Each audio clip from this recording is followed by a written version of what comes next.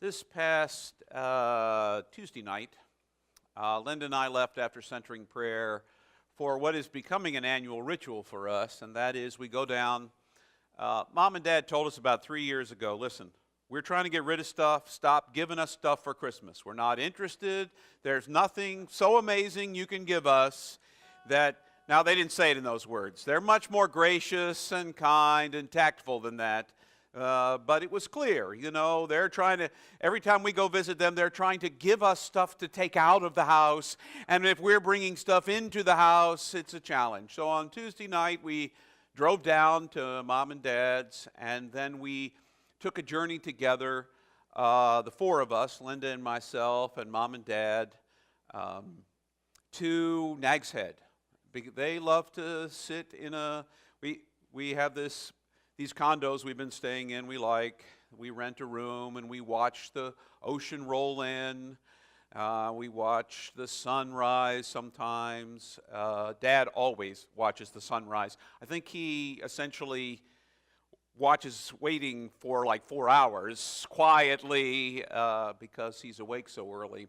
But we make this ritual because we've come to realize how precious time is. And I think that what brought it home to me to stop taking things for granted is when, my best friend died 3 years ago.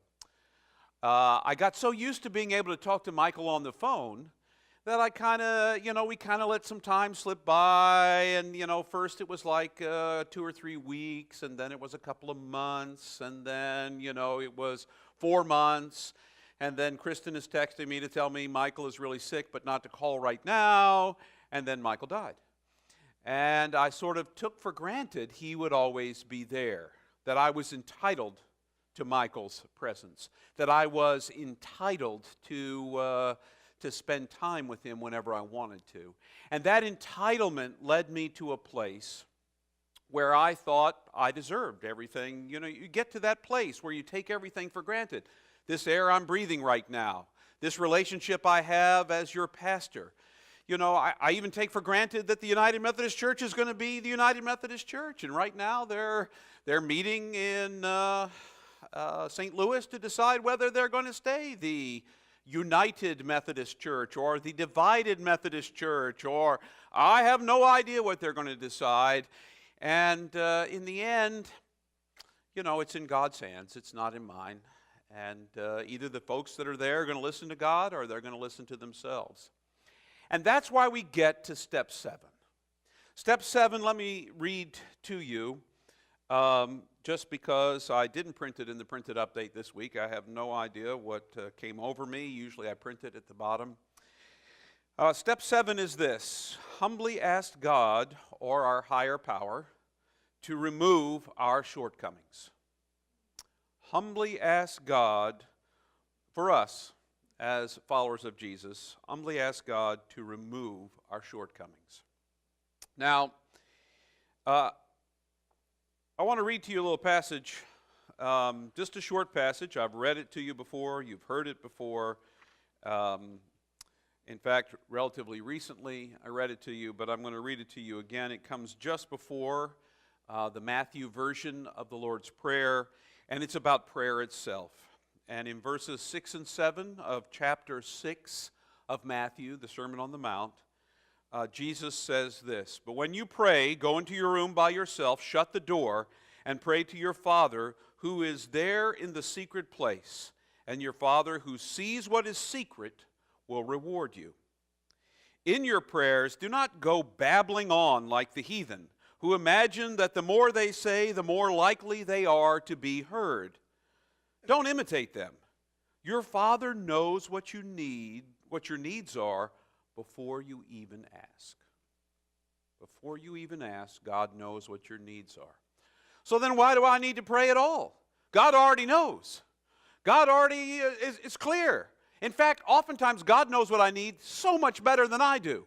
I've got a list of things that I'm sure I need that God's probably looking at and saying, dude, stop babbling. Stop the babbling. That's why that whole thing is right there. Stop babbling. You don't need to give me a list of the things you need. I know what you really need. I know who you really are.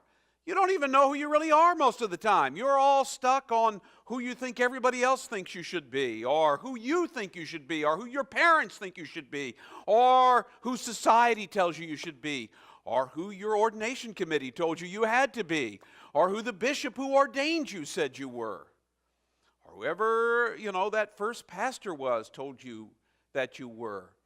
For all of those kinds of realities, God knows who I really am.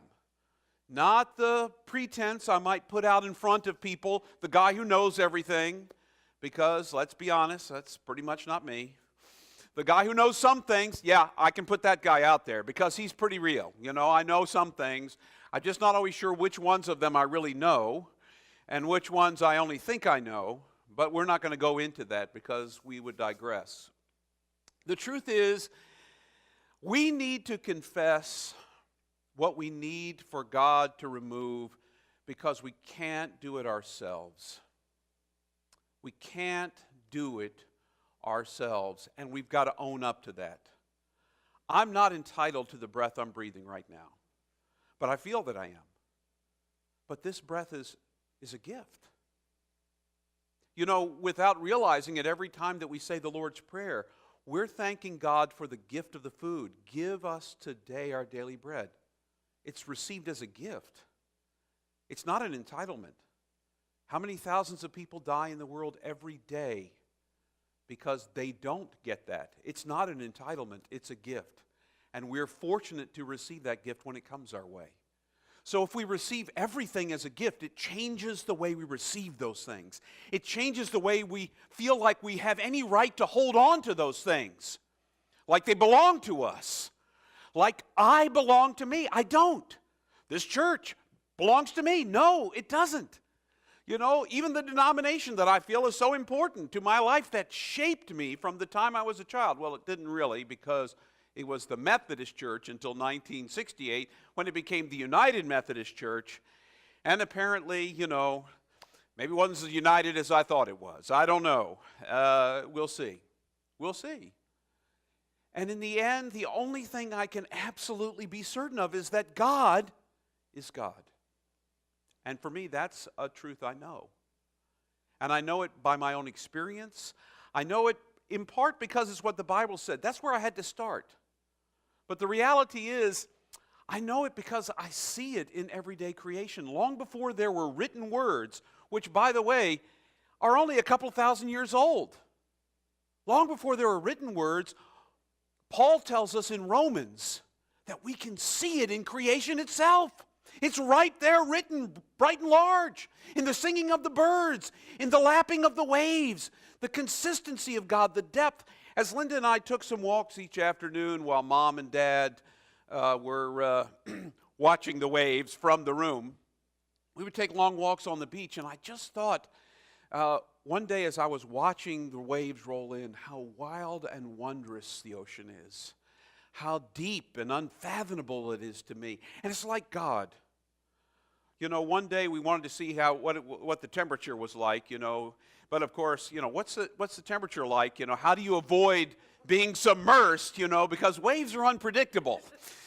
So we tiptoed towards it, we watched it roll in, we made sure we weren't too close, and then we touched it, and there we were, we touched the water, and it was really actually kind of warm. It was kind of warm. I was sorry I didn't take a bathing suit. No, I really wasn't. No, it wasn't. But it was not as cold as I thought it was going to be. But the truth is, we mostly dabble with God in the same way we dabble with the ocean. We touch the little edge, and we're convinced we know the whole depth. And every time we're sure, we get to laugh at how deep and unfathomable and beyond our imagination is the God of the universe. And yet it's the same God in whom we have our being. I used to tell you when I get up in the morning, the first thing I do when I look in the mirror is I would say, I'm not God. Look at myself and say, I'm not God. But I've come to realize, too, I'm not other than God. Because in God I live and move and have my being. God surrounds me at all times. God's within me. So while at the same time I'm not God, I'm not other than God because God made me and God's in me right now. And God's both in and apart from me in all that I am. And that stretches the way I think about who God is and who I am. But living into this entitlement kind of mentality is the real danger of our lives. I'm entitled to be who I am, to say what I want to say, to do what I want to do. That's not so right. I need to humbly ask God. Humility is not something that comes easy to us. Can we just be honest about that whole thing? Humility does not come easy to us. In fact, we build up a wall of sort of arrogance and pride to protect ourselves against the rest of the world.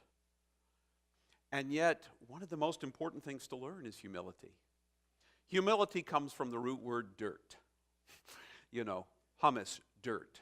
To be humble. Human comes from the root word dirt, because in the biblical story, God takes some dirt and blows life into it and makes us. We are meant to be close to the dirt, to remember from where we came, not to lose connection to who we are. It's really easy for us to lose that connection as we try to make our way through this crazy world, where it's important that we look a certain way, where we have certain titles and we have certain kinds of vehicles that we drive and we get certain salary levels. And if we allow the fluctuations of our day-to-day to drive who we are, then one day we're great and the next day we stink. It's the fluctuations of the way life is. One day my retirement account looks like I might be able to retire, and the next day $150,000 just disappears. It's like, what? How's that even possible? That's why they tell you don't look at your retirement account every single day. One day I'm feeling like I'm wealthy, and then the next day it's like, oh my gosh, I guess I'll be working until I'm 90. If I'm still alive, I don't know. The truth is, humility is hard to come by. And yet, we need to be able to ask God for what we need. We need to be open ourselves to the recognition that we can't change ourselves. And let me tell you what part of the problem is of trying to change ourselves. Is oftentimes in trying to change ourselves, what we end up doing is burying the very things that we think we're changing under a whole different pretty set of icing. We make it look like something else. We bury the thing that we don't want everyone to see and imagine that it's gone away, only it's right below the surface. We just look humble. It's a kind of false humility. It's a false stance. That's why we need God to do it from the inside out. Absolutely, for me, I cannot change myself by myself. I'd like to. And I would like to pull my own self up by my bootstraps. I've never seen a person lift off the ground, but somehow that's one of those things. Pull yourself up by your bootstraps, all right? Well, I'm grabbing them. Where am I going? I'm not going anywhere. Gravity still works. The idea that you can make it through this world on your own is a fallacy of the American way of life. I'm sorry. It's one of the things that's a lie, complete and absolute lie. And we believe it. Oh, look at those failures out there. If they only pull themselves up by their bootstraps, when really we ought to say to ourselves, there but for the grace of God go I. Oh, look at those slovenly drunks. Oh. Look at you, big fat liar. Look at you, all absorbed with yourself. Look at you, you glutton. Look at you vain, prideful being. I mean, any one of us can point to somebody else, and maybe it makes you feel better for a minute that somebody else is worse than you.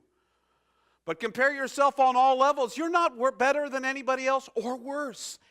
And guess what? The level playing field is this. Every one of you in the image of God. And every one of them in the image of God. Everyone loved by God. Your worst enemy loved by God. Your best friend loved by God. Even you, when you feel unlovable, loved by God. Now you see, humility calls us to say, God, I can't fix this. I can't fix my arrogance. I can't fix my need or my sense that I have to defend myself against all comers, that I have to look good to everybody else, like I have to look like I know what I'm doing here. If you haven't figured out in 27 years of my preaching here that I don't know what the heck I'm doing, you need to just, wake up. The best I got is to just give you a piece of what I've reflected on during the week. That's the best I've got. I don't have all the answers. All I've got is my relationship with God, and sometimes that is hanging by a thread. And the only thing I know is that God loves me. And there are moments I don't even know that. There are moments when I say, you have got to be the stupidest God in all the universe to love me. Unlovable that I am. Of course, that's just a nice pity party I can throw myself. I'm really good at those pity parties. I don't know if any of you have ever thrown a pity party for yourself, but, it's really, I'm good. Get out some streamers, let's have a cake for the pity party. Woo! Pity, pity, pity.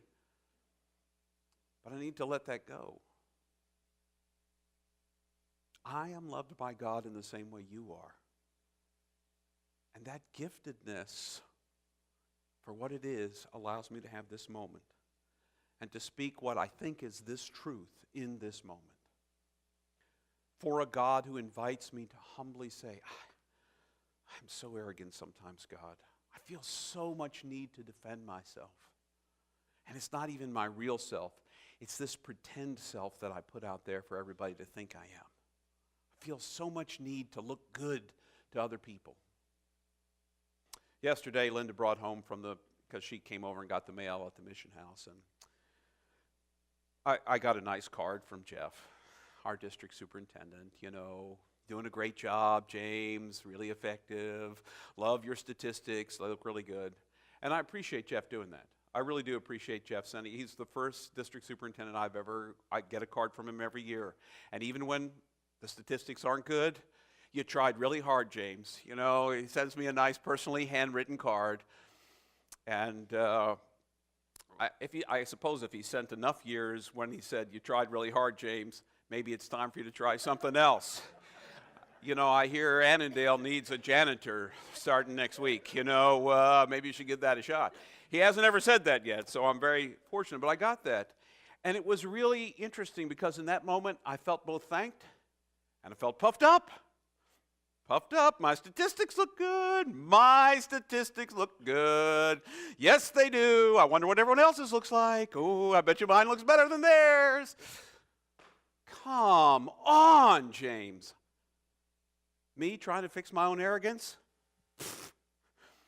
That's a laugh. Humbly, God, I have to say to you, sometimes I'm really arrogant. Sometimes I'm sure I know all the answers. And in moments like that, please, Lord, help me. Please. Change me from the inside out so I'm not so sure of this false self I've created. Change me so that I can be the person you made me to be, because I know you will. I believe in a God who will change me from the inside out. But I have to admit the truth. That's why there are 6 steps before the 7th. Admit I'm powerless, work my way on through, and finally I can say, God, this is the deal. I'm really messed up. Can you fix this? And that's all God's waiting for. Not for me to say a whole bunch of words. Oh, God, I need that new Ferrari and the Porsche and the trip to the Barbados. And, by the way, I'd like a really big house on Bali, where servants bring me great things every day and I can watch the sunrise. No, I don't need all those things.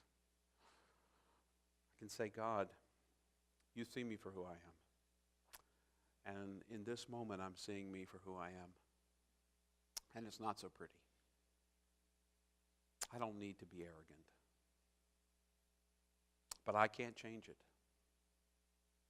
I get a card from Jeff and it, puffed up dude.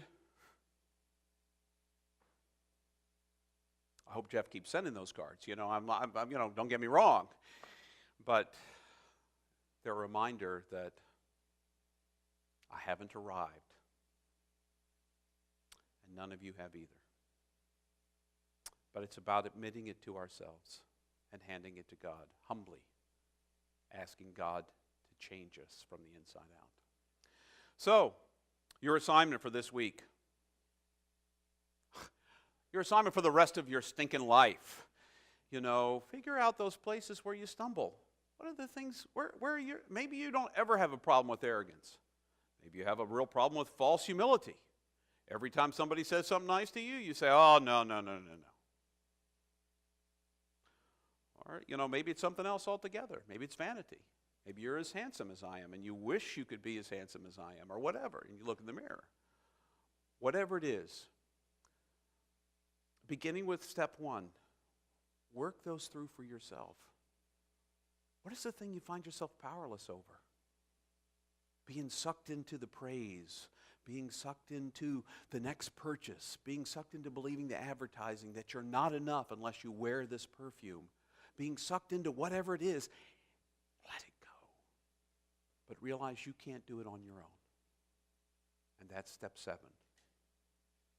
God, I need your help. So that's your assignment. Be prepared to ask God.